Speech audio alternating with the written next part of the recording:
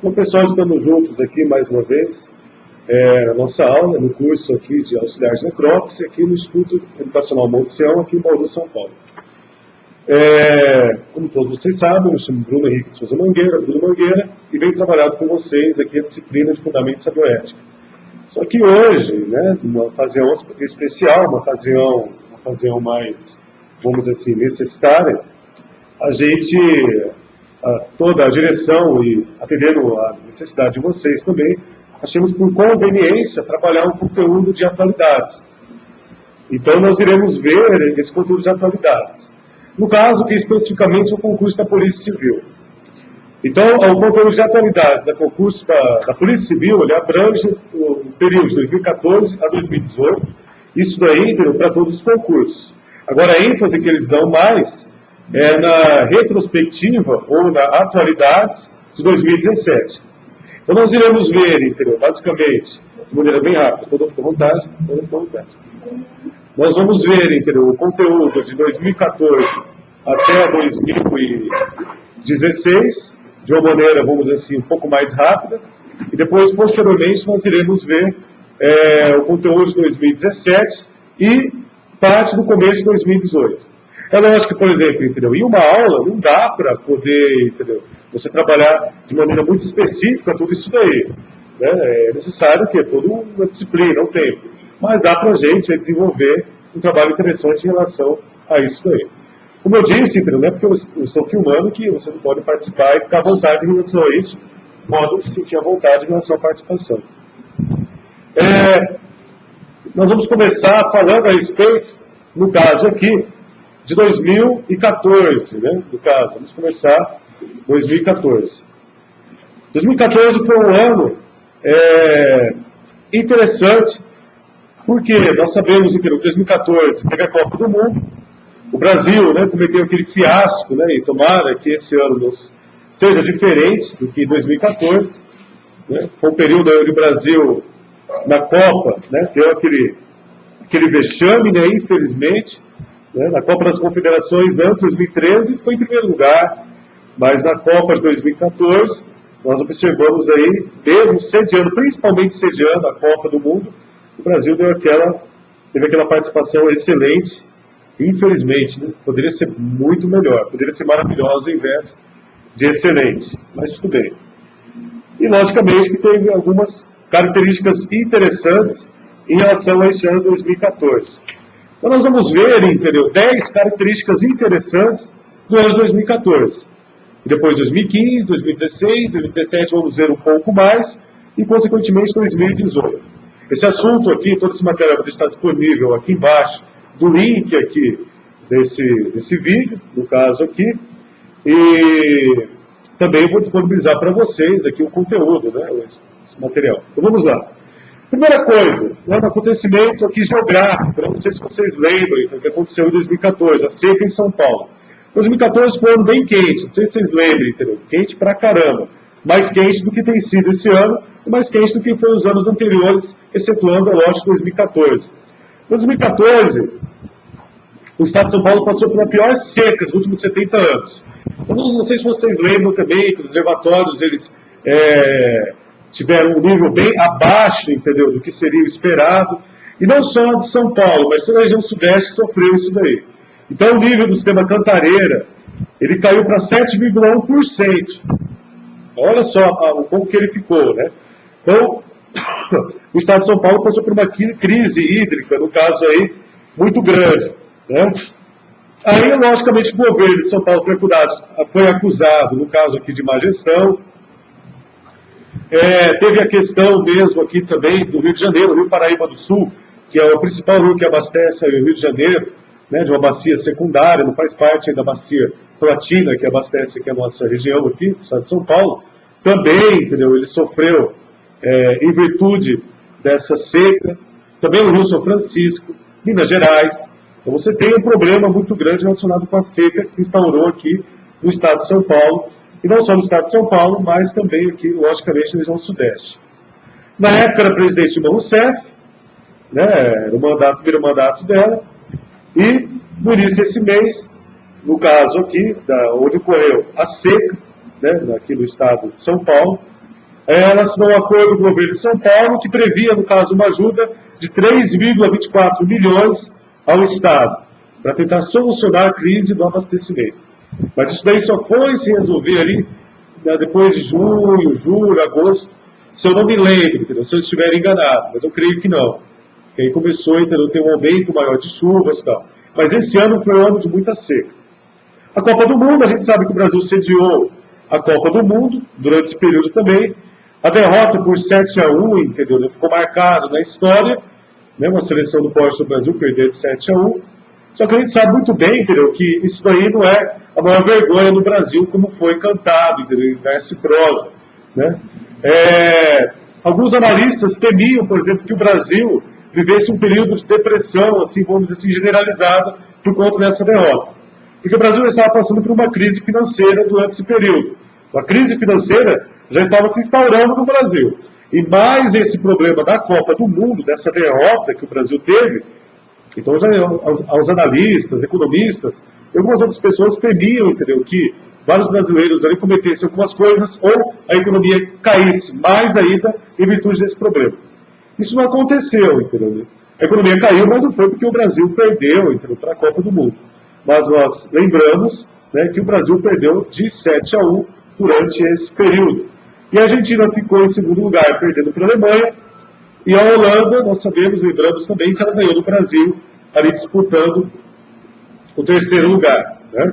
E o Brasil aí teve essa triste participação na Copa do Mundo.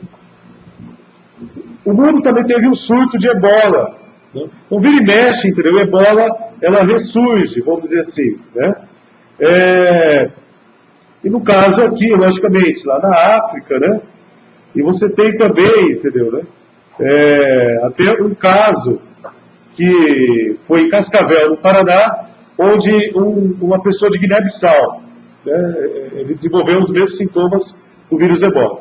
Então a gente sabe, entendeu, que é ebola no caso aqui, né? Febre, vômitos, né, diarreia, né, hemorragia, é uma doença mortal, né? E é difícil, entendeu, um tratamento no caso aqui. E vira e mexe, entendeu, há um surto de ebola no continente africano. Também, entendeu, foi desenvolvida a Comissão Nacional de Verdade. A presidência de Dilma Rousseff trabalhou maciçamente para que isso se desenvolvesse. Então, hoje em dia, você vê uma crítica muito grande à questão dos direitos humanos no Brasil. Porque o Brasil vive uma guerra político-partidária. Então, entendeu, certas características que, vamos dizer assim, aparentemente fazem parte, por exemplo, de uma discussão ou de uma abordagem de direita ou esquerda, né, é atacada. Então, por exemplo, direitos humanos, ou Declaração Universal dos Direitos Humanos, não é só para esquerda, não é só para defender, por exemplo, o direito de marginal, o direito de quem comete crimes. Não é, entendeu? Comissão Nacional de Direitos Humanos, ou os direitos humanos, ele é para defender o quê? Todos, de maneira integral, né? E a Comissão Nacional da Verdade foi desenvolvida pelo presidente Dilma Rousseff, justamente porque ela foi torturada durante o período militar, e ela procurou, no caso aqui, desenvolver esse projeto, que é uma apuração em relação aos crimes que ocorreram de 1964 a 1985, que foi o período aí de ditadura militar. Nós sabemos, não só no Brasil, mas em vários lugares do mundo, você tem uma série, entendeu, de crimes, de torturas, que ocorreu, né, em virtude da ação desenvolvida por esses meios militares, né, por esses meios ditatoriais. Então a ditadura é um sistema, por exemplo, de governo, é uma administração de governo, onde você não pode permitir oposição, aliás, não tem oposição. Só que sempre vai ter oposição, né? E a ditadura não pode ser tanto de direita quanto de esquerda. Então sempre vai ter oposição, sempre vai ter alguém, algum partido, né, alguma coisa que se contraponha com isso que está sendo desenvolvido, né? Então, por mais que haja propaganda, uma manipulação, por exemplo, entendeu, de informações da imprensa, como ocorreu durante o período militar, principalmente durante a ditadura militar, não que no governo de Vargas, que foi um período ditatorial, não ocorreu, mas no período militar você vê uma ação maior do Estado frente a isso. Então, sim, lógico, ocorreu, só que sempre vai ter oposição. E essa oposição sempre ela vai sofrer repressão. Não importa, por exemplo, se essa oposição ela age de maneira, por exemplo, armada, é uma guerrilha, né? É uma ação, por exemplo, terrorista, ou, por exemplo, é uma ação mais civil ou intelectual, não interessa, entendeu? Né? Ele vai ser censurado, ele vai ser perseguido. E em alguns casos, e nós sabemos, por exemplo, que os países que desenvolveram uma ditadura, e muitas vezes têm se apoiado a uma ditadura de esquerda, de caráter socialista, a perseguição é maior, ela é mais ferrenha. E há, entendeu, inclusive, um cerceamento da liberdade maior do que, por exemplo, ditaduras de direita. Não que não ocorreu, não que não ocorra essa privação de liberdade em ditaduras de direita como no Brasil. Lógico que ocorreu. Mas em ditaduras de esquerda, você tem isso maior. Inclusive perseguição religiosa. Isso que é o problema, entendeu? Em ditaduras de esquerda. Porque a ênfase sempre vai se voltar, entendeu, ao Estado. Como que se o Estado tivesse resolvido agora todos os problemas, porque eliminou a propriedade privada. Tudo é de todos. Então aí a religião, ela não precisa mais existir, porque a religião, na verdade, ela serve para, vamos dizer assim, uma justificativa ideológica para esse problema, ou para anestesiar as mentes, né? Para levar as pessoas a uma ilusão, a uma distração, frente ao problema real, que é a propriedade privada, onde as pessoas aí vivem, por exemplo, em uma desigualdade social muito grande entre ricos e pobres, né? Com o socialismo, não. Você elimina-se isso daí, mas você estrangula a economia e há uma perseguição muito grande para que o quê? Para que as pessoas concordem com isso daí. O Brasil nunca teve um governo socialista. É outra coisa, entendeu, que aparece na internet, nas discussões que rolam por aí, que no governo Lula, por exemplo, foi uma ditadura, foi um período ditatorial, uma ditadura de esquerda. Não foi ditadura. A única coisa que eles acertam é que foi de esquerda, mas não foi socialista. Não foi um socialismo, entendeu, de fato.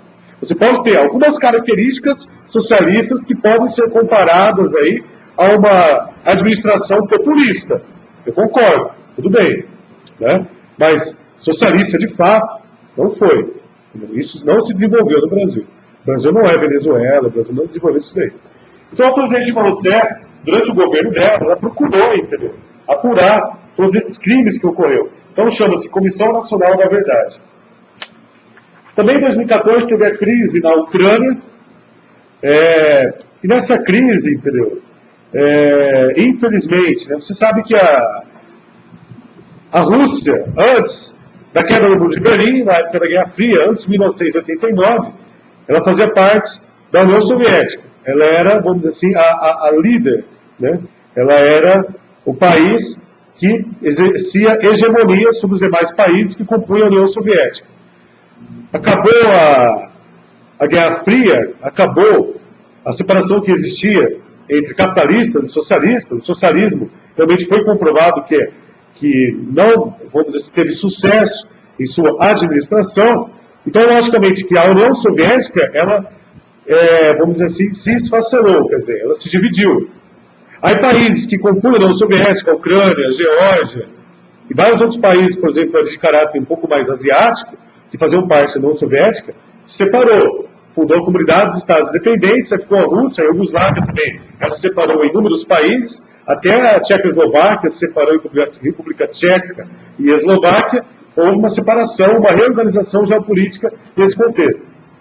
Só que, entendeu, as crises, elas continuaram e até aumentaram entre esses países. E no caso, a Ucrânia e a Rússia, sempre, entendeu, tem uma certa, desenvolveram uma certa crise, principalmente depois desse período. Uma coisa que foi terrível, que aconteceu aqui, que teve até um abate de um avião da Malaysia Airlines, que ele passou ali, né, sobre a Rússia. E até a Rússia, no caso aqui, ela abateu esse avião. Tinha 295 pessoas nesse avião, entendeu? Né? Foi abatido por militantes pró-Rússia. Ali, no caso, quando passou pela Ucrânia, a Ucrânia e Rússia. Ele passou ali foi abatido por militantes pró-Rússia. Na Ucrânia tem vários russos que moram ali. Então o problema da Ucrânia, entendeu? É essa disposição com a Rússia e disposição contra os russos que moram na Ucrânia. Então você tem esse problema. Em setembro, o novo presidente, no caso aqui, ele conseguiu se unir com representantes da Força Armada pró-Rússia para assinar um acordo de paz, ali no caso, na Ucrânia. O Estado Islâmico. Em 2014, você tem também a ascensão do Estado Islâmico. Agora, em 2018, 4 anos depois, você tem uma perda de territórios desse Estado Islâmico. Ele não, vamos dizer assim, embora ele seja forte, e a maneira dele chamar a atenção é através do terror, é perceptível, entendeu, o enfraquecimento do Estado Islâmico, principalmente em relação, vamos dizer assim, a território. Então, ele perdeu alguns territórios ali na Síria, alguns locais ali do Iraque, né? Só que, em 9 de junho de 2014, o Estado Islâmico iniciou uma ofensiva contra a Síria e contra o Iraque. E a ação do Estado Islâmico é o quê? É o recrutamento de jovens de orientação sunita para participarem, aqui no caso desse Estado Islâmico, ou ISIS, como é conhecido ali no exterior, para ingressarem, por exemplo, nesse exército, no caso aqui de militantes e combatentes. Então, o que eles fazem, né, o Estado Islâmico? Né, eles lançam várias propagandas e convites através da internet para atrair pessoas que, de certa forma, sofrem em países da Europa, principalmente imigrantes que têm uma origem muçulmana, não vou dizer árabe, mas muçulmano, porque não só árabe, é muçulmano.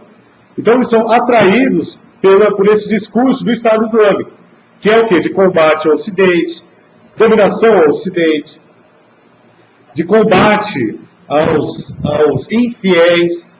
Então é quase que semelhante ao processo de expansão árabe, que ocorreu ali no século VIII, através do advento do Islã. Maomé morreu, Mohammed morreu, e o Império Islâmico dominou grande parte ali da Europa, menos a França, menos a parte norte ali, no caso ali da Europa. Mas exerceu uma dominação, por exemplo, na Península Ibérica durante 700 anos, na África do Norte e tal. Então desenvolveu um grande império. E, entendeu, né? A grande justificativa que eles davam para o processo de dominação era a jihad, que era a guerra santa, que era a conversão dos supostos infiéis, né? A visão que eles têm, entendeu, é que Allah, né, que é o Deus, o mesmo Deus que nós temos, só que o nome em árabe é Allah, que Allah agora ele fez um pacto não mais com os cristãos, ou com os descendentes de Isaac, mas agora com os descendentes de Ismael, agora com aqueles que aceitam essa nova revelação. Então, a palavra agora está com eles. E o objetivo deles é conquistar as pessoas essa nova fé. É lógico que há diferenças entre o processo de dominação islâmica que ocorreu, entendeu, durante essa expansão no período medieval e hoje, entendeu, né? A principal diferença é que você naquela época não tinha atentados terroristas, né? A principal diferença, entendeu, né, é que você não tem, entendeu, essa articulação que há através dos veículos de comunicação também, né? E, logicamente, entendeu, né, há um embrutecimento, um rigor, entendeu, um radicalismo muito maior do que naquele período, né?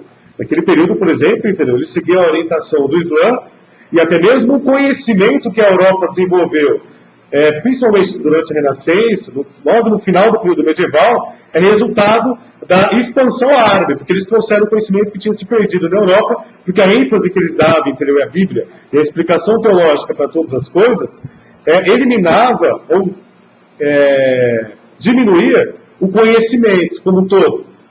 Então, tudo aquilo que os europeus desenvolveram, principalmente no período de término da Idade Média, de certa forma, está muito, entendeu, vamos dizer assim, incluído com a expansão árabe, até mesmo a adoção dos algarismos arábicos, no caso aqui. Até a expressão algarismo vem de algarismo.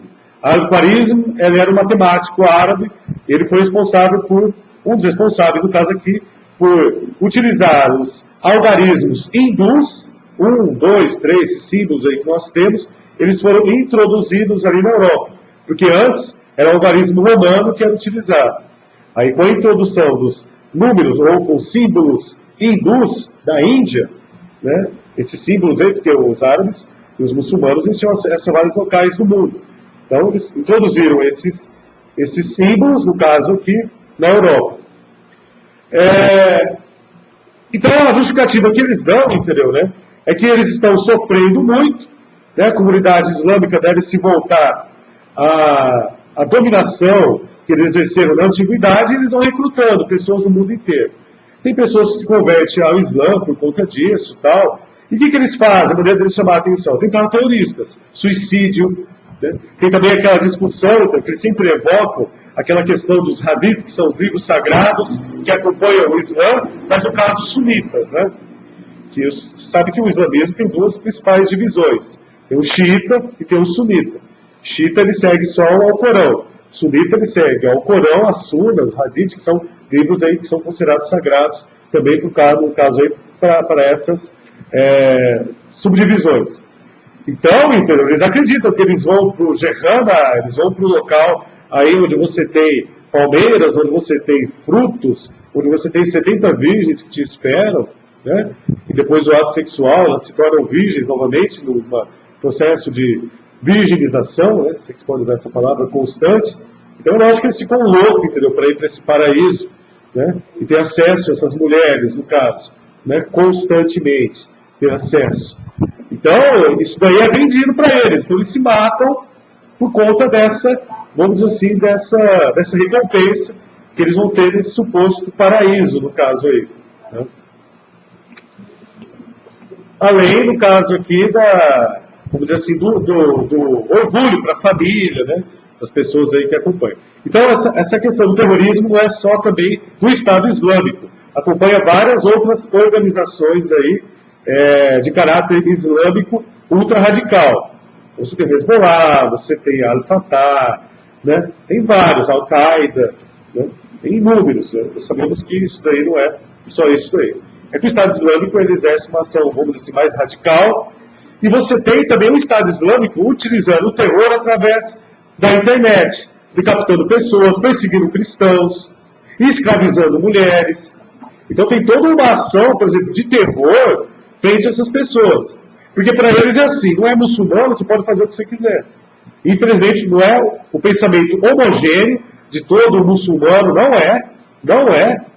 É interessante deixar bem claro isso daí. Mas, entendeu, do ISIS, do Estado Islâmico, infelizmente é. Não tem esse problema também.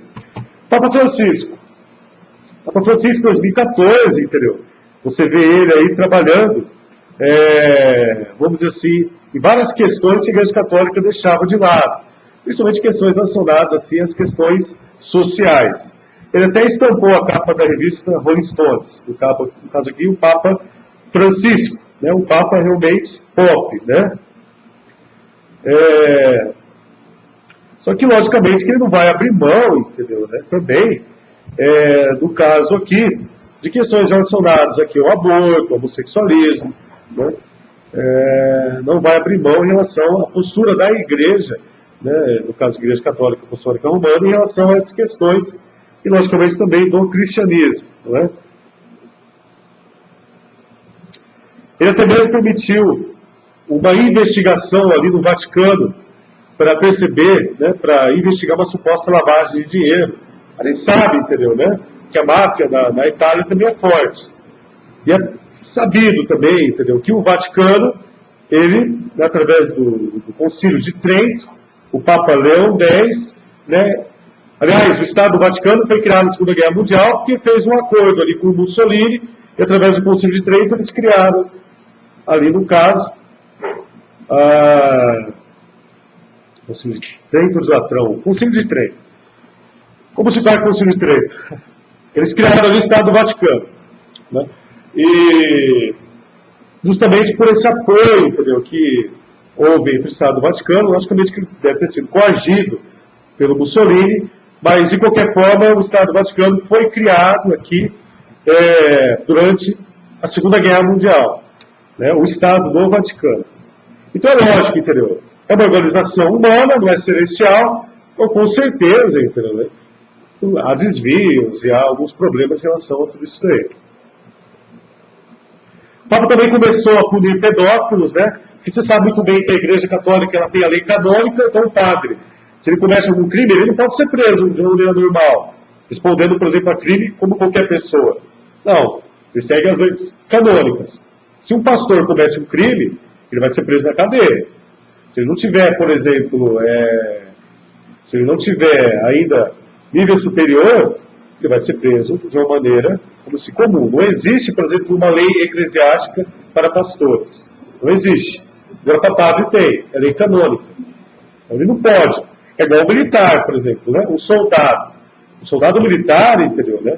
Existem leis específicas para eles, então ele não pode ser preso assim, de uma maneira distinta. Ele vai preso, né, no local onde você tem soldados militares, assim consequentemente. E no caso, o padre tem uma lei canônica. O índio, por exemplo, no nosso país, você sabe que tem o Estatuto do Índio, ele é regido por esse estatuto também ele não pode ser preso assim, por exemplo, de maneira indistinta, em qualquer local, um cidadão, por exemplo, comum. Né? E o Papa trabalhou, entendeu, essa questão de punição e responsabilidade sobre a pedofilia. Então, ele começou a, de certa forma, a se voltar a isso daí. E é grande a pedofilia também na Igreja Católica. Né? Eu sei que também há uma discussão muito grande em relação à questão da Igreja Evangélica, né, dos padres, dos pastores, né, que cometem abusos. Lógico que tem, entendeu, né? Mas na Igreja Católica você sabe que também tem muitos casos de pedofilia, entendeu, né? Principalmente em locais, né, onde você tem ali um certo isolamento. É uma cidade pequena, o padre ele tem acesso, por exemplo, às casas, né? O padre ele tem uma liberdade, por exemplo, aí em casas, em fazendas, em propriedades, né? As pessoas têm uma ligação com a igreja, assim, um vínculo com a igreja muito forte. Então, entendeu? Pode acontecer. Mas é que não ocorre, por exemplo, na igreja evangélica protestante, lógico que ocorre. Mas a igreja católica é sabida que isso ocorre muito. Né? Bom, vamos lá. Então, outro assunto também que varreu, né, que foi interessante em 2014, foi a candidatura e a morte do Eduardo Campos. O Eduardo Campos era o presidenciável. Vocês sabem que ele concorreu à presidência, morreu. Né, filho do Miguel Arraes aí, e foi morto. Né, no avião que caiu, no caso, aí, a queda do avião. Há algumas discussões em relação a isso, se foi atentado ou não tal. De certa forma, a princípio, entendeu, a vice, Mariana da Silva, ela sim, por conta dessa comoção e por ela ser uma figura já importante, houve um aumento de pessoas, no caso aqui, que iriam votar nela. A popularidade dela aumentou muito. Só que, infelizmente, durou pouco, entendeu, essa popularidade. Não sei se por algumas palavras dela, ou se ela não soube aproveitar, por exemplo, um momento, só que essa popularidade, no caso dela aqui, que ela teve, infelizmente, né, através da morte do Eduardo Campos, porque o Eduardo Campos, ele tinha um apreço muito grande no Nordeste, mas para o restante do Brasil era uma pessoa desconhecida. Agora, através da Marina Silva, que era a vice dele, ele estava, vamos dizer assim, tendo uma boa repercussão na campanha dele. Aí, com a morte dele, a comoção que girou em torno da morte dele, por ele ser uma pessoa impoluta, né, uma pessoa, por exemplo, que nesse período já estava, o Brasil já estava, vamos dizer assim, se voltando muito a essa questão do combate à corrupção, né, e essa imagem, por exemplo, de um político impoluto, honesto, entendeu, né, que morreu desta forma, né, isso aí mexeu com a opinião pública, e a Marina Silva, no caso, ela poderia ter vamos dizer assim, uma chance de ir para o segundo turno e até mesmo ser presidente do Brasil durante esse período. Só que não foi isso que ocorreu. Não sei por que motivo. Né? Talvez ela não soube aproveitar o momento durante esse período. A gente sabe que no segundo turno deu aí Aécio e Dilma Rousseff, e numa disputa acirrada, o Brasil praticamente dividido, a Dilma Rousseff ganhou. Teve também a reaproximação de Cuba e Estados Unidos. Então, Barack Obama, ele começou a se voltar ao processo de renegociação e política entre Estados Unidos e Cuba, e abertura econômica, no caso aqui, em Cuba. Né? Então, percebemos que ocorreu isso aqui, no caso, ali entre Estados Unidos e Cuba. Fidel Castro já estava doente, e essa aproximação ocorreu entre Raul Castro, o irmão do Fidel Castro, e o Barack Obama. Então, desde 1961, os Estados Unidos não comercializavam com Cuba e nem deixavam os outros países comercializarem com Cuba, no caso, excetuando, é lógico, a União Soviética, mas quando ela caiu, então, logicamente que perdeu, entendeu, essa comunicação e esse comércio com Cuba. Por isso que Cuba, entendeu, além dessa questão do socialismo, que vai também estrangulando a economia, você não tem um desenvolvimento tecnológico e científico em virtude do socialismo, você tem também, né, a questão do embargo econômico que Cuba sofreu pelos Estados Unidos, que fez que Cuba parasse no tempo. É até bonito, né? Você vê nos filmes, Cuba tal, aqueles carros antigos, todos adaptados, né? Aquelas ruas, né? O estilo de vida cubano, né? Bem peculiar mesmo da ilha. Por quê? Porque ficou parado no tempo, em virtude disso daí.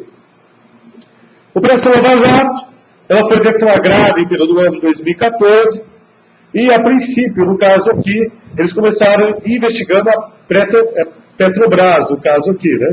Investigando a Petrobras. E o primeiro aqui, um dos primeiros a serem investigados foi o doleiro Alberto Iosef. Aí, logicamente, que eles se voltaram, entendeu, a essa questão de propina, né, pelos partidos PT, PMDB, PP, né, PSDB, e grandes empreiteiras também, no caso, Camargo Correia, OAS, Odebrecht. Então, nesse período começou, né,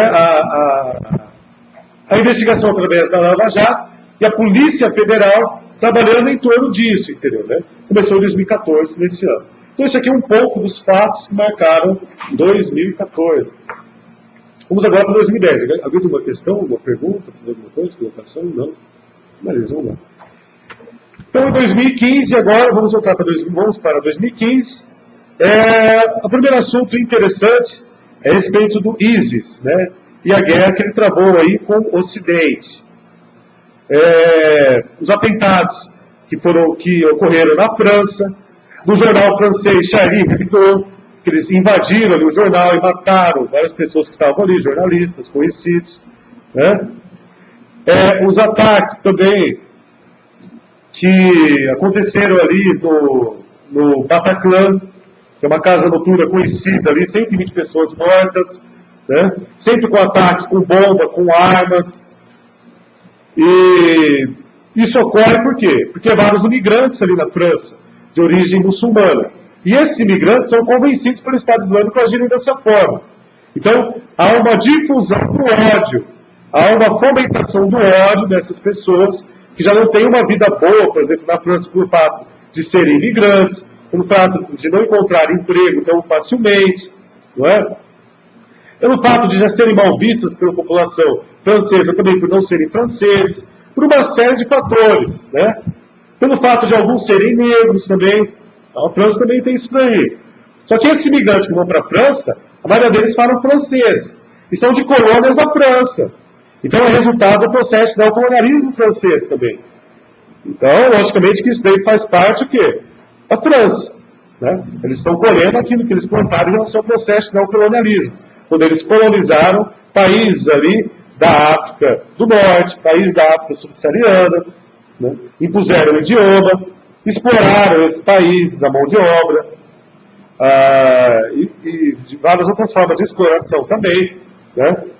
E logicamente que o retorno, né, vamos dizer assim, o reflexo de tudo isso é o quê? O processo de imigração em massa dessas pessoas a esses países. E na França é um exemplo disso. Só que, infelizmente, o Estado Islâmico acaba por convencer essas pessoas a promoverem esses atentados bárbaros terroristas, né? Tem também, entendeu, a questão da Síria. O conflito da Síria que começou em 2011 e perdura até agora em 2018. Em 2015, né, ainda, entendeu, né, ocorreu várias, né, formas aí de, vamos dizer assim, de fuga da Síria. Porque a gente sabe o que ocorre com a Síria. A Síria você tem um problema do Estado Islâmico. O Estado Islâmico são pessoas que querem formar um território, um império, e ele abrange áreas que fazem parte do Iraque e da Síria. Então você tem Iraque, Síria, Irã, países vizinhos. E o Estado Islâmico, ele tenta embarcar. Aliás, ele tenta anexar essas terras, que perderam muitas em 2018, até 2018, mas nesse período eles tinham várias terras.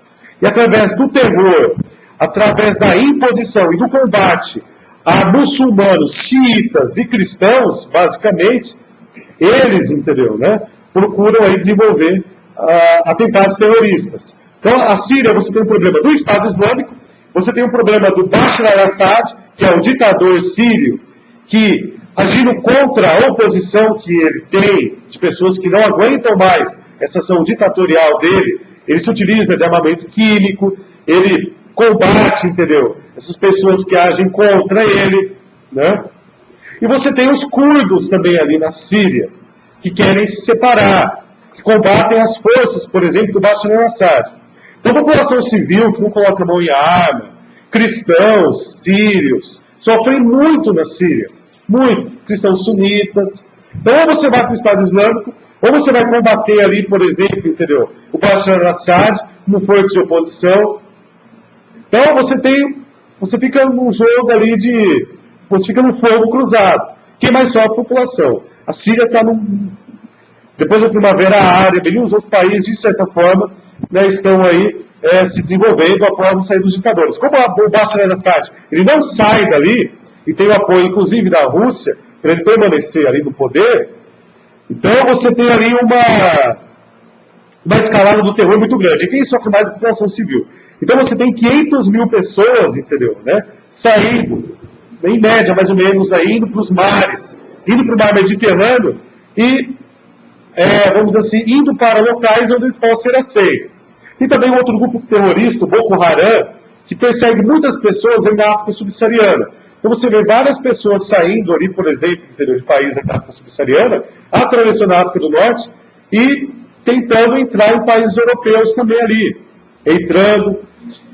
E o que traz vários problemas, entendeu, a esses países da Europa. Problemas populacionais. Como que você vai abrigar essas pessoas? Como que você vai oferecer emprego? Oferecer qualidade de vida? Repatriar? É difícil, né? Também. O Brasil também teve a praga disseminada pelo Aedes aegypti, né? Pelo mosquito Aedes aegypti. Então você tem um pacote Aedes aegypti. Antes era só dengue, né? E era só um tipo de dengue. Depois, 4 tipos de dengue. Agora, além dos 4 tipos de dengue, você tem o Zika vírus e o chikungunya. E além disso daí, ficou sabido que em 2018 não é só o Aedes aegypti que ainda transmite dengue, tem outro mosquito que transmite a dengue. Então, a princípio, a única coisa que o mosquito da dengue transmitia era a febre amarela. Agora não. Né? Além da febre amarela, você tem esses problemas. Agora, por exemplo, o surto de febre amarela que teve no Brasil não é o mosquito da dengue que transmite. É um outro mosquito e um outro mosquito também, que eu não recordo o nome. Porque a febre amarela que o mosquito da dengue transmitia era uma outra espécie de febre amarela também, urbana. Essa febre amarela que está circulando, infelizmente, no Brasil, é lógico que não tão disseminado, graças a Deus, como a dengue, é de origem silvestre. E a forma de você compreender que há uma infestação, por exemplo, desse vírus é a morte de macaco. E as pessoas acabam matando o macaco por conta disso. Mas a morte do macaquinho é só um sinal, entendeu, que tem. Não é que, por exemplo, o macaco está trazendo essa doença. É só um sinal. E é até bom você deixar ali, porque você sabe se está tendo surto ou não. Se você ficar matando, você não vai saber, então você tem esse problema. Mas isso daí é locais onde você tem proximidade com a mata, e não é em todos os lugares, por exemplo, no Brasil, isso daí. Você tem também um fracasso político e econômico brasileiro, deste ano aqui, 2015. Né? Ocorreu até um processo de impeachment da presidência Dilma Rousseff, e o vice, o presidente Temer, se aproximava cada vez mais, vamos dizer assim, cada vez mais da presidência. Houve um racha do PMDB e PT. E em virtude desse racha, entendeu, o PT ele ficou isolado no Congresso. Por isso que você tem uma série de articulações, no caso aqui, inclusive mobilizando toda a população contra o problema do PT e, no caso da Dilma Rousseff, né, apontando o PT como o único responsável, ou o principal responsável, por todos os problemas que o Brasil enfrentou e, no caso aqui, ainda enfrenta, né, mesmo estando aí na administração do poder, né, no Brasil. Aí tem aquelas mobilizações, né, que ocorreu no Brasil em virtude disso, né, as pessoas indo às ruas, né, vêm para a rua, tal, né, de verde e amarelo. Aí, nesse período, começou a se acentuar cada vez mais a diferença entre direita e esquerda no Brasil. Pessoas, né, apoiando a permanência da Dilma e compreendendo aquilo como um golpe. Outros, né, defendendo ou compreendendo aquilo como uma ação mesmo legal pela má administração dela e pela maneira que ela utilizou os recursos públicos de maneira, vamos dizer assim, de maneira bem perdulária, né, não utilizando regras ou não se responsabilizando, né, frente, né, ao STF, frente, entendeu, aos senadores, em relação à maneira como ela utilizou o dinheiro público em ações sociais e outras cositas más, no caso, né. Então, percebemos ali que a presidente, né, no caso aqui, ou a presidente, como ela gostava mesmo de dizer, né, ela sofreu um impeachment, acusada de se utilizar de maneira, vamos dizer assim, ilegal do dinheiro público, as chamadas pedaladas fiscais, né? E sabemos que, posteriormente, o presidente Temer também foi acusado de vários outros crimes e envolvimentos, por exemplo, de utilização de dinheiro, vamos dizer assim, dinheiro da JBS e outros órgãos aí, para propina. Só que ele conseguiu permanecer na presidência, em virtude, por exemplo, dos votos que ele foi comprando.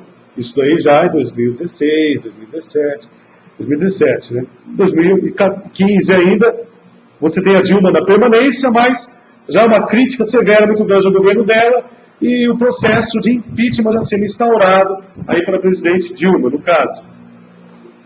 Os Estados Unidos e Cuba finalmente fizeram as pazes, né? Você tem também, entendeu, aquela questão da mineradora Samarco, que trouxe aquele problema no Rio Doce, ali no Espírito Santo, em Minas Gerais, no caso, que também atingiu até o Espírito Santo, e até hoje está ali, abandonado as casas, tudo em ruínas, né? Aquela lama tóxica ali da mineradora Samarco. E até hoje também aqui impune, entendeu, Samarco, não foi responsabilizada totalmente por aquilo que eles desenvolveram. Pode ir, fica à vontade. Teve também, nesse período, a conhecida Primavera Feminista. Então você tem aqui, em 2015, mulheres, né? E até a questão da Marcha das Vadias, tá, também, né? No caso aqui, que ocorreu durante esse período de 2015, né? Protestando mesmo, entendeu? Contra essa questão do assédio, né? Principalmente em relação ao assédio sexual, as várias formas vamos dizer assim, de repressão e violência que as mulheres sofrem de maneira geral, né? Sem vitimismo e sem mimimi, entendeu, né? Sabemos que as mulheres ao longo da história sofreram várias formas aí de abusos, né? Isso daí ocorreu no Brasil, vamos dizer assim, de maneira bem generalizada. À vontade. Está ótimo. Infelizmente, né? Nós sabemos também que há uma comoção, né? Há uma participação feminista das mulheres muito grande para que isso daí, entendeu, venha acabar, né? Para que isso daí venha cada vez mais ser combatido. Então houve, vamos dizer assim, uma discussão maior em torno disso e, consequentemente, é lógico, entendeu, uma diminuição. O fato de você discutir e falar muito a respeito disso vai diminuir. O número de mulheres que morrem no Brasil, o feminicídio é muito grande. O número de mulheres que apanham no Brasil, entendeu, é muito grande. Na altura foi criada a delegacia da mulher, entendeu? A Lei Maria da Penha, justamente por conta disso, entendeu, né? Por essa questão da intolerância, do machismo, né? Essa questão, por exemplo, da mulher, né, em sociedades muito patriarcais, ser compreendido como uma criança que deve ser educada e ela deve apanhar. Então, até, por exemplo, em algumas discussões aí no Brasil, até algumas legislações bem antigas, né, você tem, entendeu, a questão da tutela da mulher. Se ela não era, por exemplo, ela nunca estava sozinha, ela não tinha autonomia, a mulher não tinha autonomia. E uma das características do século XXI, final do século XX, né, que se desenvolveu ao longo do século XX e século XXI, é a questão da autonomia feminina. né? A mulher vai poder escolher a questão do anticoncepcional, né, também. Né? Tudo isso daí trouxe uma autonomia feminina que ela não tinha. A questão, por exemplo, entendeu? Do trabalho feminino, a mulher poder se separar, a mulher desenvolver funções femininas, a mulher poder sair de casa, trabalhar e não ser só enfermeira, ou professora, ou empregada doméstica. Poder desenvolver uma outra função além disso daí. Então, entendeu? A mulher ela conquistou o seu espaço, a sua própria autonomia. E esses grupos aí, feministas, veem, entendeu? É logicamente que há sempre radicalismos em relação a esses grupos, né? Há sempre posições bem, vamos dizer assim, radicais, né? Que, de certa forma, entendeu? Oferecem, assim, uma compreensão muito, vamos dizer assim, muito radical, né? Muito implacável, muitas vezes, em relação a essa questão do papel feminino, a mulher feminista, as lutas que ela tem que desenvolver, mas o que é sério, o que é público notório, é que a mulher ela tem conquistado seu espaço, e isso muitas vezes incomoda, né, muitos homens, infelizmente, homens que não aceitam que a mulher seja para trabalhar, homens que ficam vigiando as mulheres, homens que têm um problema, entendeu? Né, aí, vamos dizer assim, bem, né, de autoestima também, de confiança em relação à mulher, né, infelizmente, isso tem no Brasil, em locais mais, vamos dizer assim, isolados, ocorre isso daí, e a mulher vem ganhando cada vez mais seu espaço, né, de várias formas possíveis. A sua autonomia, a sua independência, poder escolher, por exemplo, o seu parceiro. Há tempos atrás a mulher não escolhia, ela não tinha autonomia para escolher quem ela ia se casar. Era o homem que escolhia, né? Ela não tinha autonomia, ela era totalmente dependente do marido. O marido ele traía várias vezes a mulher, e a mulher, por exemplo, ela não se separava por uma questão, por exemplo, social, ela era mal vista pela sociedade. Você tem um monte de coisa em relação a isso. Hoje em dia a mulher tem uma independência, uma autonomia, né? Ela se dá o direito aí de poder, por exemplo, amar, de poder, né, escolher aquilo que ela acha melhor para si. Tem independência em todos os sentidos, né? Isso é muito bom. Também teve em 2015 a questão dos alunos, né? Que eles, nas escolas aí de São Paulo, contra a medida geral do Alckmin, de desapropriar alguns prédios, né? Terminar alguns prédios, né? De se utilizar de alguns prédios aí para outras ações. E essa atitude, por exemplo, desmedida do governador Geraldo Alckmin fez com que os alunos organizassem uma série de manifestações nas escolas aqui no estado de São Paulo. Também o ano 2015 foi o ano mais quente, considerado o ano mais quente da história. Essa mês de 2014 também foi bem quente, também no caso, né? E uma outra característica também, né, que aqui na Super, né, esse site que Super abriu, no caso aqui trouxe a questão do sangue derramado pela Polícia Militar, que é uma outra questão polêmica no Brasil. A gente sabe, entendeu, né, que essa questão, por exemplo, da Polícia Militar, as Forças Armadas no Brasil, principalmente a Polícia Militar, é complicado por quê? Porque a Polícia Militar é a última instância a ser acionada, né? Não pode ser acionada a todo momento, a todo instante. E no Brasil ocorre, entendeu, o quê? A Polícia Militar é acionada a todo instante, a todo momento. Então há uma sobrecarga, entendeu, nessa força, né? Vamos dizer assim, nessa necessidade de atuação dos policiais militares no Brasil. Também tem um contingente de policial militar ineficiente, teria que ter um contingente maior. Também o policial militar ele ganha muito pouco, pelo que ele se expõe também.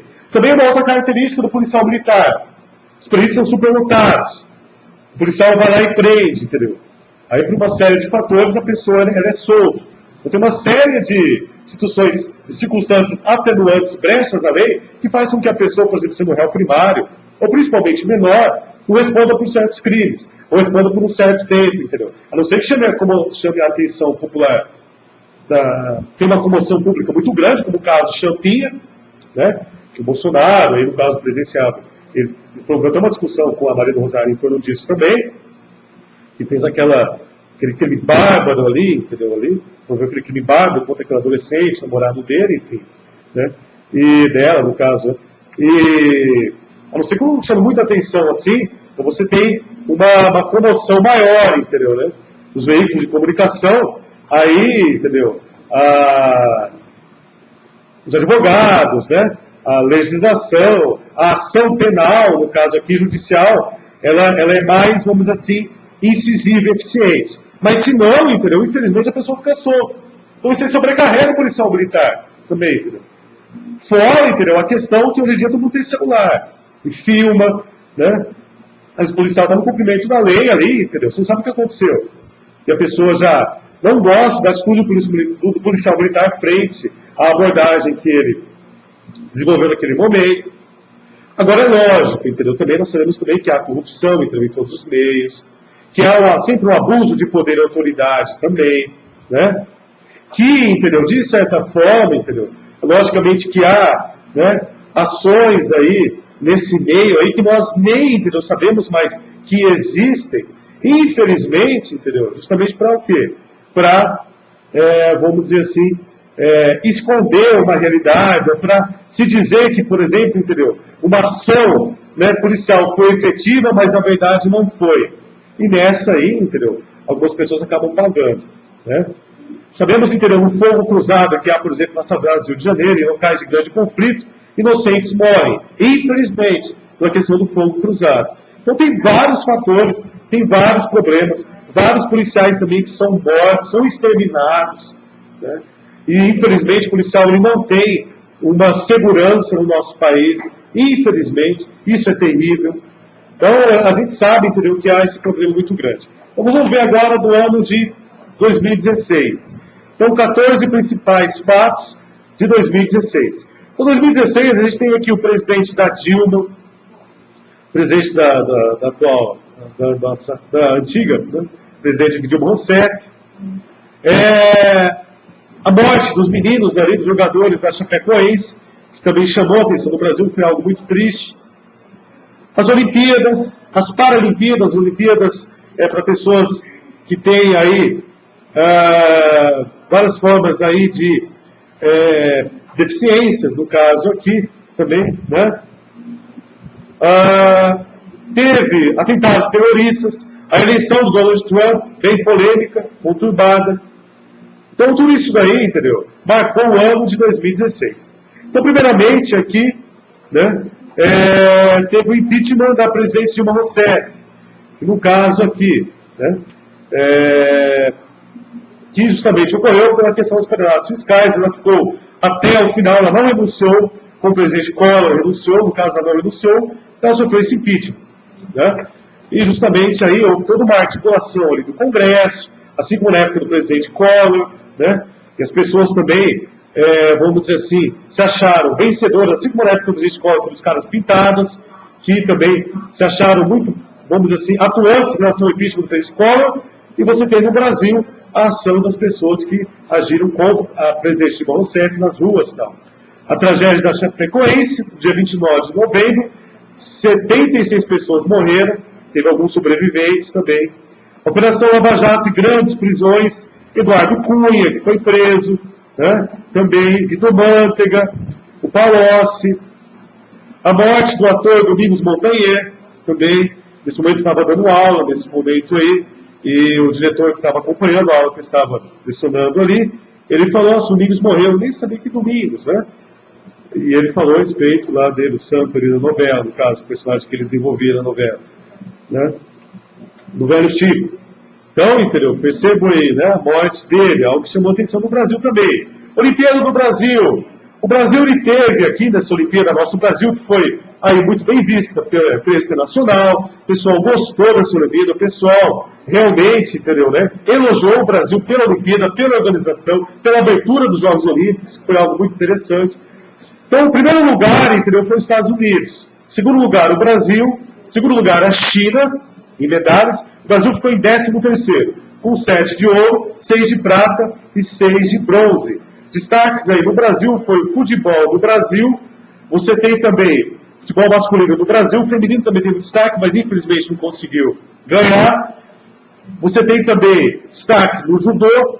Você tem também o Usain Bolt, o grande destaque, chamou a atenção da Olimpíada, e o Michael Phelps também. Na Paralimpíada, você tem em primeiro lugar a China, em segundo lugar a Grã-Bretanha. O Brasil ficou em 8º lugar na Paralimpíada. Ao todo foram 72 medalhas do Brasil na Paralimpíada. Enquanto que na Olimpíada, o Brasil teve aqui 7 medalhas de ouro, 6 de prata e 6 de bronze, 19 medalhas ao todo. Também teve eleições municipais. Aqui no caso do Bauru, o nosso prefeito Gazeta foi, né, quem ganhou também. Aí teve a eleição do Dória, né, que chamou a atenção também da mídia, tal, né, diferenciada, nunca tinha exercido uma função pública, no caso aí.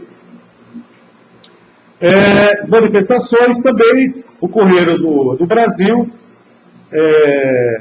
os estudantes que ocuparam universidades no Brasil também, né, em virtude aqui de manifestações que ocorreram e ainda tem ocorrido no Brasil por vários fatores, né?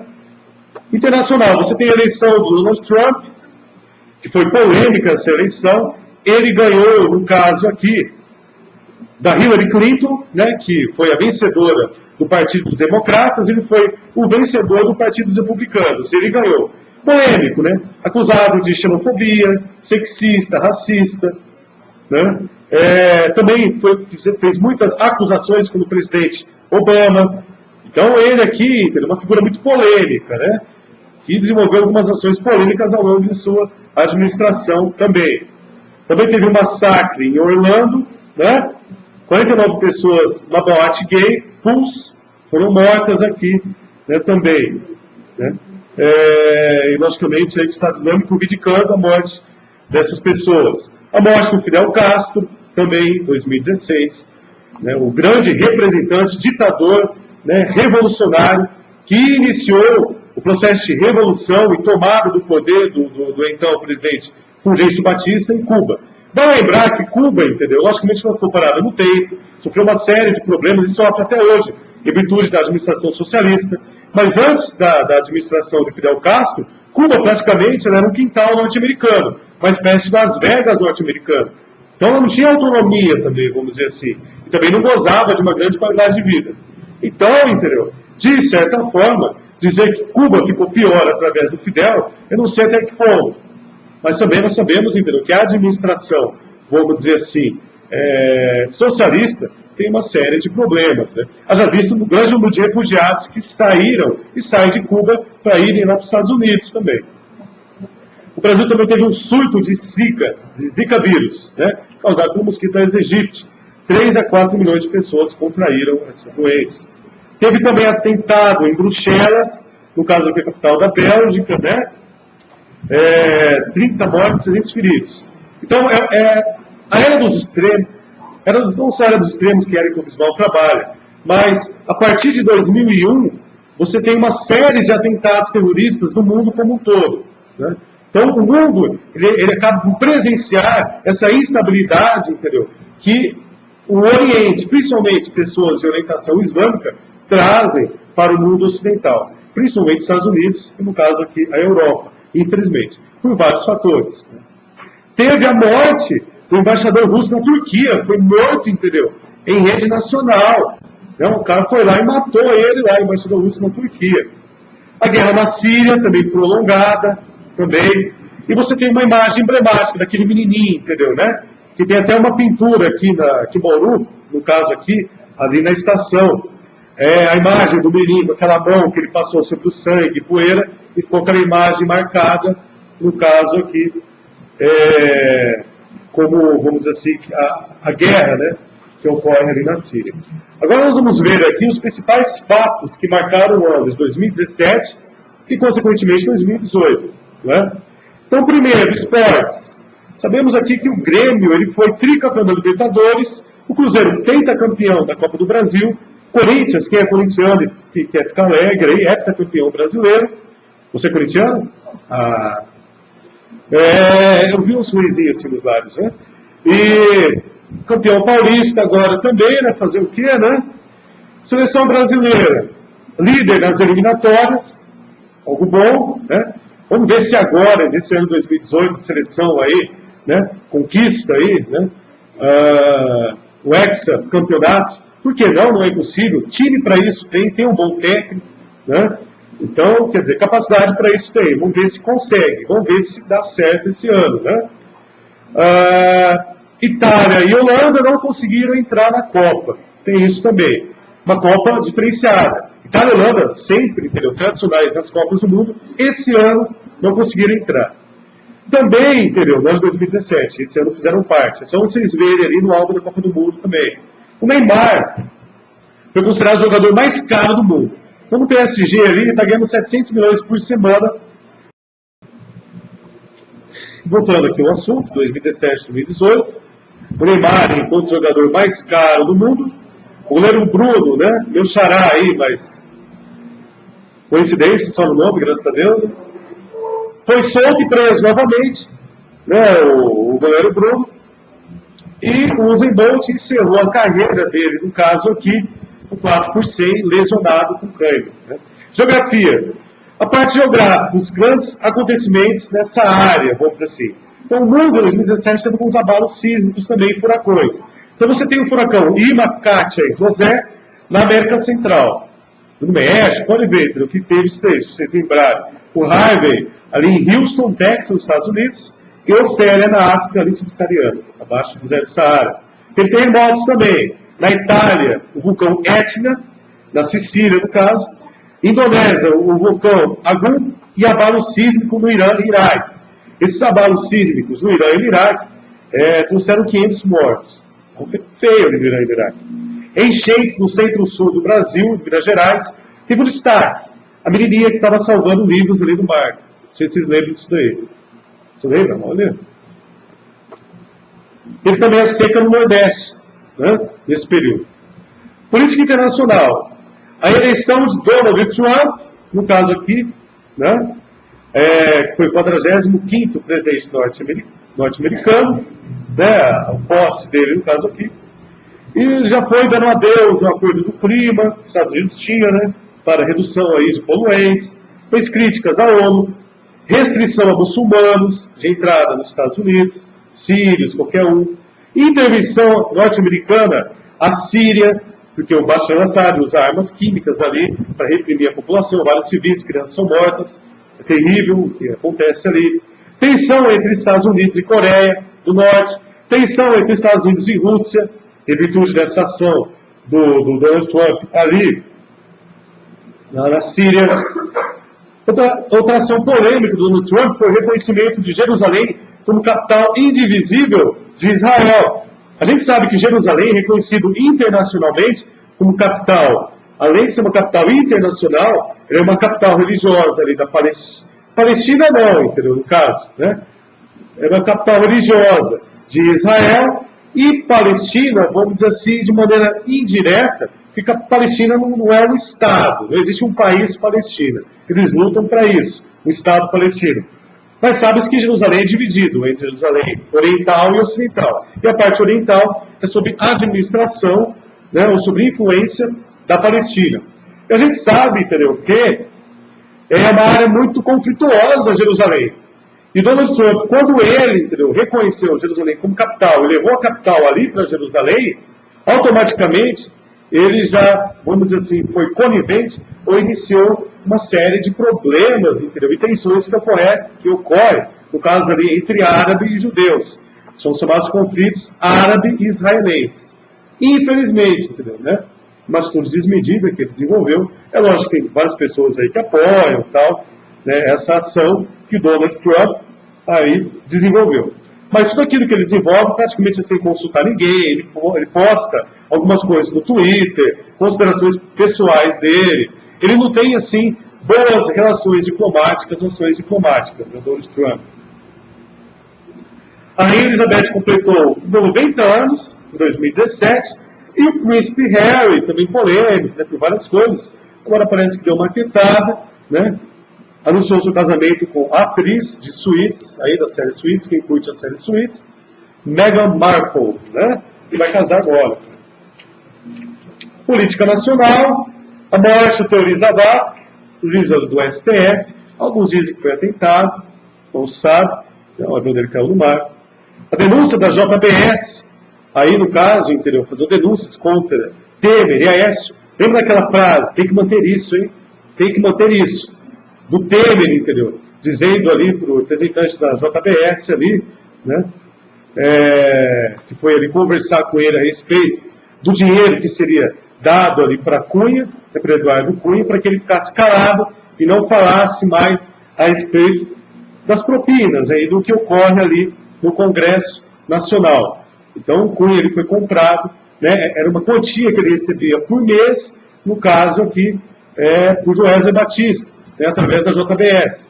E o Joesley foi conversar com o Temer a respeito disso daí, tudo isso foi gravado, né, foi uma ação, por exemplo, da Polícia Federal para realmente ali observar se o Temer estava envolvido nisso daí, realmente ele está, todo mundo sabe, né, embora, entendeu, declarações dele. Agora, atestem, entendeu, nosso atual presidente, atestem que não, que ele não está envolvido, que isso daí é tudo uma estratégia para que ele realmente, aí, vamos dizer assim, seja atacado, né, frente a isso daí. E também denúncia contra o Aécio. Nós temos uma denúncia muito grande, eu tenho empréstimo, entendeu, que o Aécio teve e tal, né. A questão da mala, né, aquele assessor ali, deputado também, que foi pegar aquela mala na pizzaria, ali saiu correndo com aquela mala também. A pedido de Temer, né, recebendo aquele dinheiro. Logicamente também que teve, entendeu? Vamos dizer assim, teve uma denúncia contra o PT, contra a administração da Dilma Rousseff, que se utilizou desses recursos financeiros, das propinas, né? Então o que acontecia, entendeu, né? Eles injetavam o dinheiro do BNDES na JBS, e a JBS, em contrapartida dessa ingestão de dinheiro público nessa empresa, instituição, eles pagavam propina a esses deputados. Era uma espécie de lavagem de dinheiro, né? Então toma lá da cá. O Temer sofreu 2 denúncias, né, contra ele, e das 2 denúncias ele conseguiu aí reverter a situação, comprar a Câmara, né, e por isso que ele não sofreu impeachment, no caso. Mas o processo dele está ali em julgado, entendeu, né? Então, também, logicamente, o que de certa forma, da segurança, ele é o foro privilegiado. A gente sabe que quem desenvolve uma função pública, né, no caso aqui, goza do foro privilegiado. Então, ele não pode ser condenado, no caso aqui, né, função pública, no caso política, né, nesse sentido. Ele não pode passar por condenação. Tem questão do habeas corpus e tal. Condenação do Lula e denúncia de Palocci. Palocci denunciou o Lula mais ainda, né, com outras condenações, outros crimes. Fraudes de licitação do PSDB. PSDB ali, né, fazendo um joguinho ali com empresas ali, facilitando a ingestão de empresas ali, porque as empresas deram dinheiro, aqui no caso do PSDB. E você tem também as reformas de austeridade do presidente Temer. Que reformas são essas? Ele conseguiu flexibilizar a CLT, o que de certa forma traz vários problemas aí à classe trabalhadora, porque você dá uma liberdade maior, tudo bem, entendeu, ao empregador. Só que em contrapartida, entendeu, né, você tem uma diminuição de salários. Você, por exemplo, você flexibiliza o horário de trabalho. A pessoa pode trabalhar 4 horas por dia, com registro em carteira. Mas em contrapartida a pessoa pode ganhar mais, pode ganhar menos, quer dizer. A pessoa vai ganhar menos, aliás. Você divide as férias, né, a questão do 13º. Então, entendeu? Várias coisas que ele conseguiu desenvolver. Aliás, essas reformas aí na consolidação dos direitos de trabalho, isso daí está em tramitação no Congresso há muito tempo, desde a época do Fernando Henrique Cardoso. Mas, entendeu, né? E o Fernando Henrique Cardoso estava para assinar isso daí, aí o Lula assumiu. Aí por uma questão, por exemplo, ideológica do PT, e as alianças que ele tem, e as bases, por exemplo, do PT, então isso não ocorreu. Então sempre ficaram rechaçando isso daí. Não sei se a presidente Dilma ia fazer um acordo com eles. Não sei, não tenho certeza. Né? Mas isso não ocorreu, de fato. Né?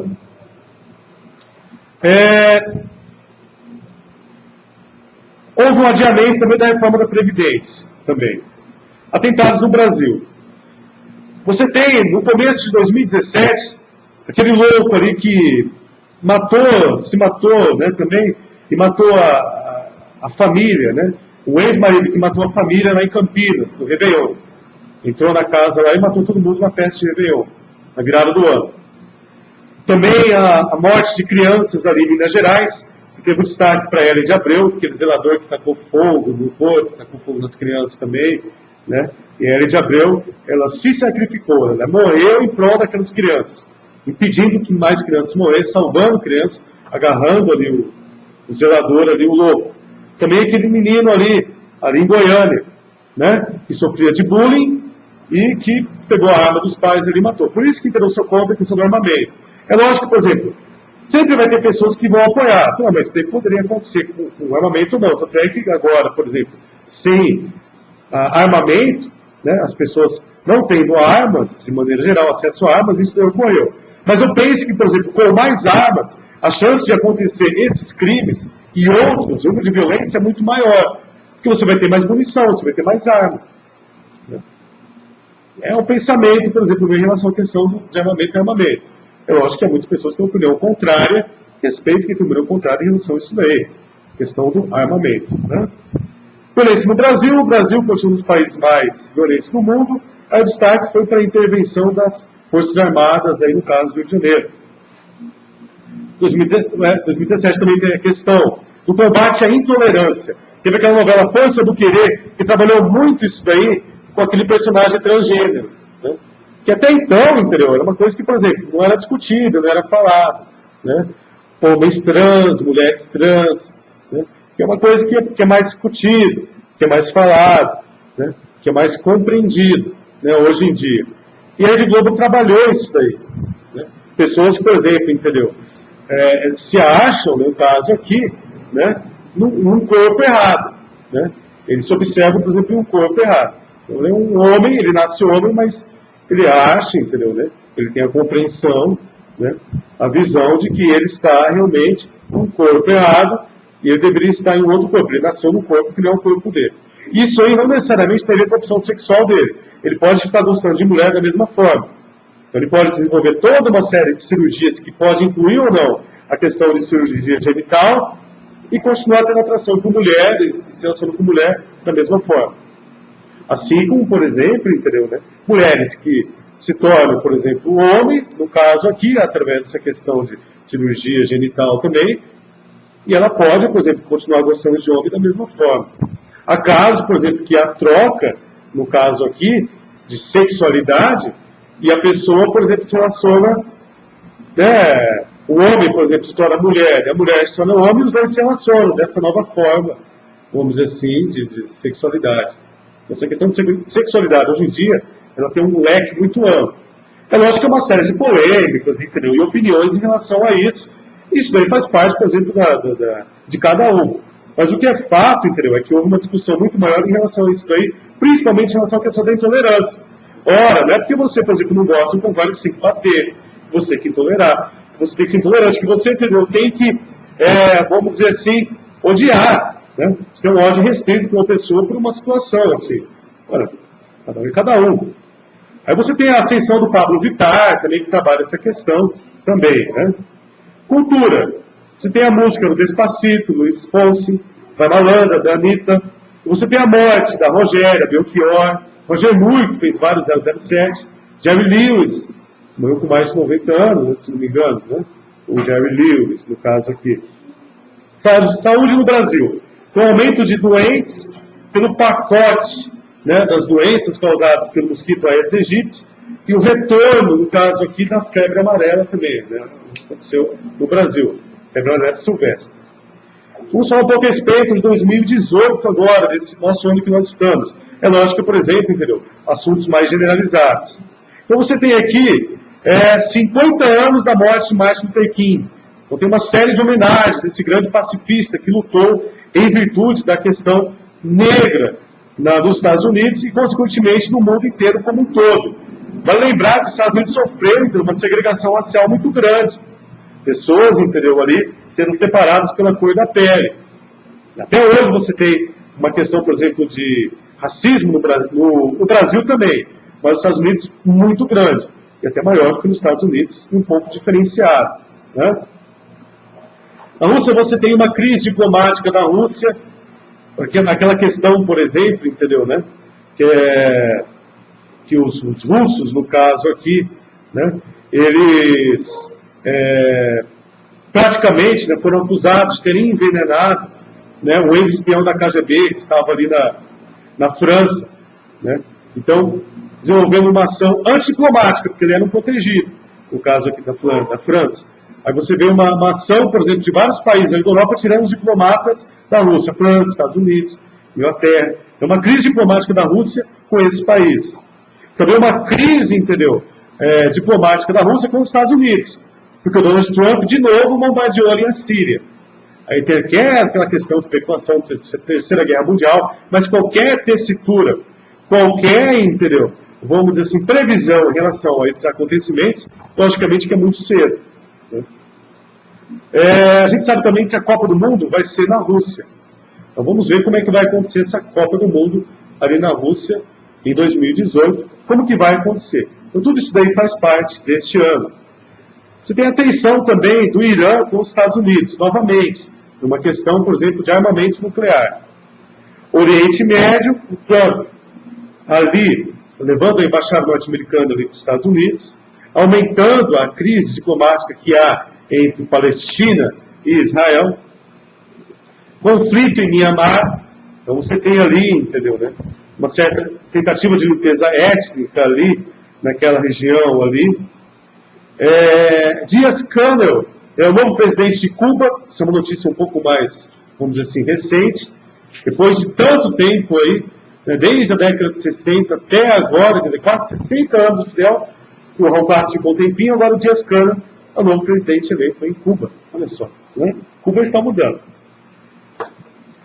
O Trump, ele oficializa tarifas para importações de aço e alumínio no Brasil, o que trouxe uma série de crises também entre o Brasil e Estados Unidos em relação a isso também. E a Angela Merkel, no caso aqui, ela foi reeleita chanceler da Alemanha.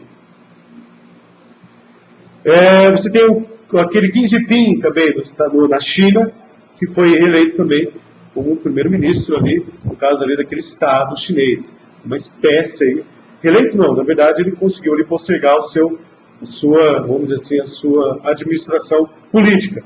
Então, é a ditadura, vamos dizer assim, que se desenvolve ali na China em relação a isso aí. Bom, o Brasil, segurança pública, o governo decreta a intervenção federal ali no estado do Rio de Janeiro, começou um pouco ali, né, ali no 2017, 2018 foi mais efetivo essa participação, né, essa intervenção mesmo federal no Rio de Janeiro, intervenção mesmo, entendeu, né?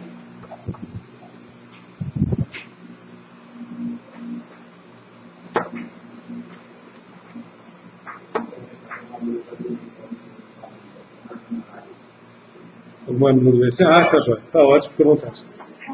Tchau, obrigado. Tchau.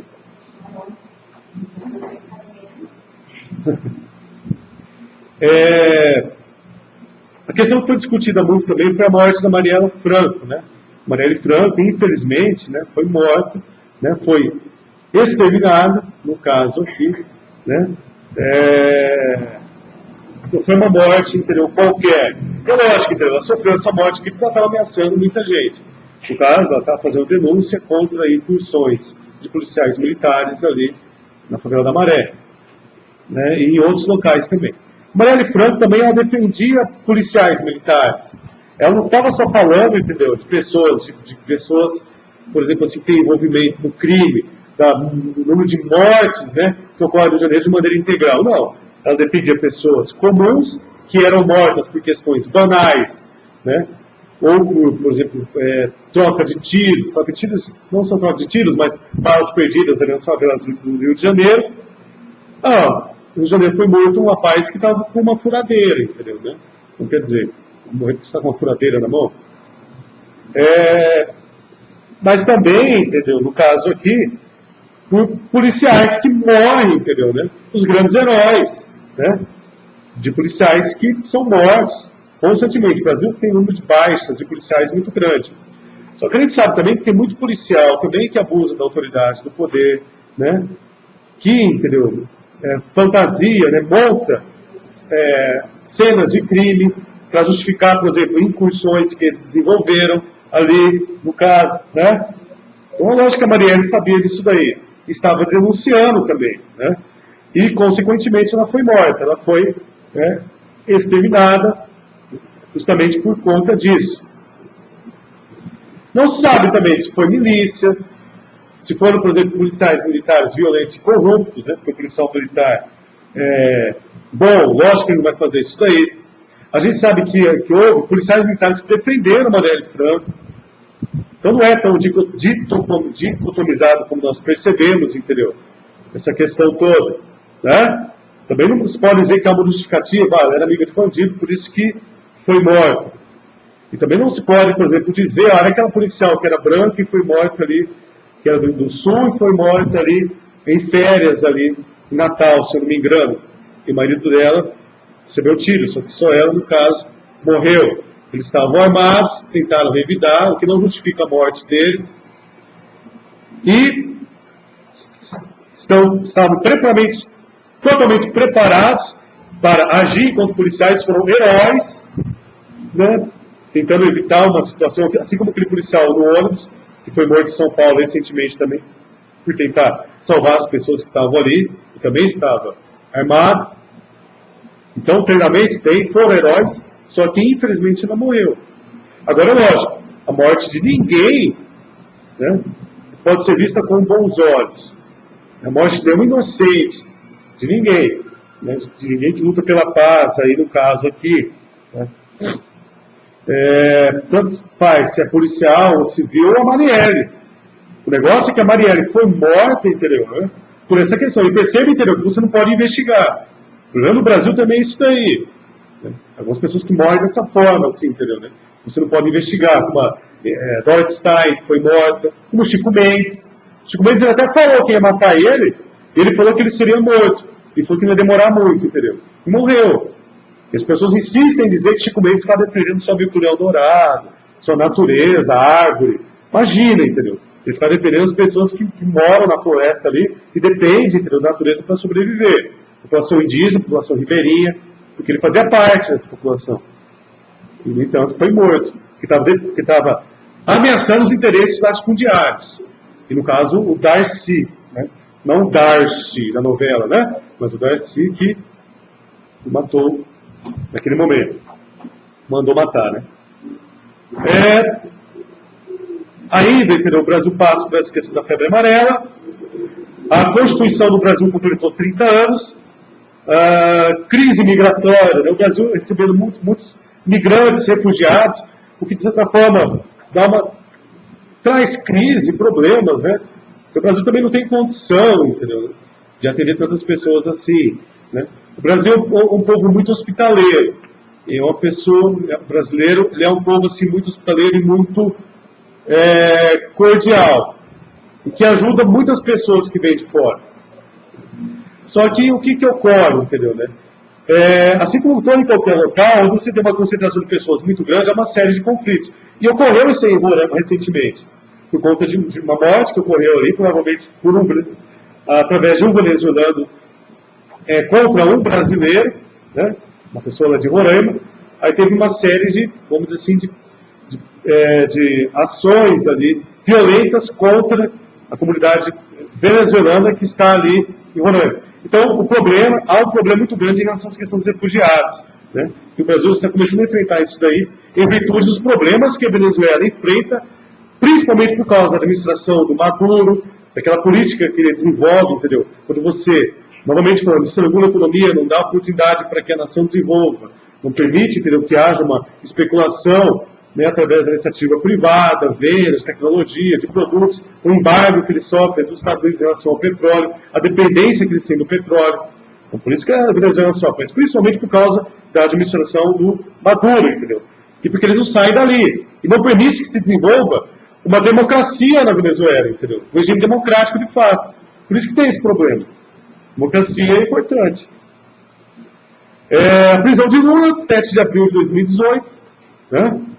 O presidente Lula, né, preso, em virtude, né, principalmente ali no caso ali, do triplex, do apartamento e do sítio, né, ali dele, né, em Atibaia, só que a gente sabe, entendeu? Lógico que tem algumas outras coisas a mais, né, em relação a tudo aquilo que ele, né, vamos dizer assim, desenvolveu através de sua atuação. Não é o único corrupto, né? Há outros corruptos da nossa política, maiores e menores do que ele, que se beneficiaram de várias formas, entendeu? através dessa rede de propinas. O problema do Brasil é a constituição partidária, esses múltiplos partidos no Brasil, onde você, para fazer com que seu projeto de lei seja aceito, você acaba por pagar, e eles estão viciados em propinas. É o mensalão, é propina, é petrolão. Isso aí, desde que se iniciou o processo de democratização no Brasil, isso acontecia. E no processo militares acontecia porque eles simplesmente mandavam, entendeu, né? E não davam liberdade para os senadores, né? Naquela época existiam senadores piônicos. E porque eles escondiam, entendeu? Lógico que a corrupção não era tão grande, mas eles escondiam e manipulavam, entendeu? Essa rede de corrupção no Brasil. Terremoto na Bolívia, também ocorreu na Bolívia e foi sentido, inclusive, até aqui em Bauru, né? Em várias cidades aqui do Brasil. Então, pessoal, isso daí é a respeito dessa retrospectiva, desde 2014 até 2018. Avançamos aí 4 anos aí na história. Agradeço a participação de vocês. Esse material eu vou colocar disponível aqui embaixo do vídeo e também vou disponibilizar para vocês aqui, os alunos aqui do Instituto Educacional Monte Sião, né? Agradeço a participação de vocês aí e estou à disposição para qualquer dúvida mesmo na internet. Vocês podem me encontrar ali facilmente através do meu próprio nome, Bruno Mangueira, e vocês podem ter acesso aí, consequentemente, à minha página Seven Live. Então, eu tenho 2 páginas ali. Wonderful World, que eu trabalho com questões de geografia, história, vários temas e tal, não tem vídeos ali, não costumo ensinar vídeos. E Seven Live, onde eu trabalho vários temas relacionados à sociedade, à filosofia, né, à prática e ação motivacional, religião, lançamento de alguns livros meus. Então, ali eu desenvolvo bem essas atuações, algumas palestras são desenvolvidas. Então, vocês fiquem à vontade para participar. É isso aí, pessoal. Muito obrigado pela participação de vocês aí.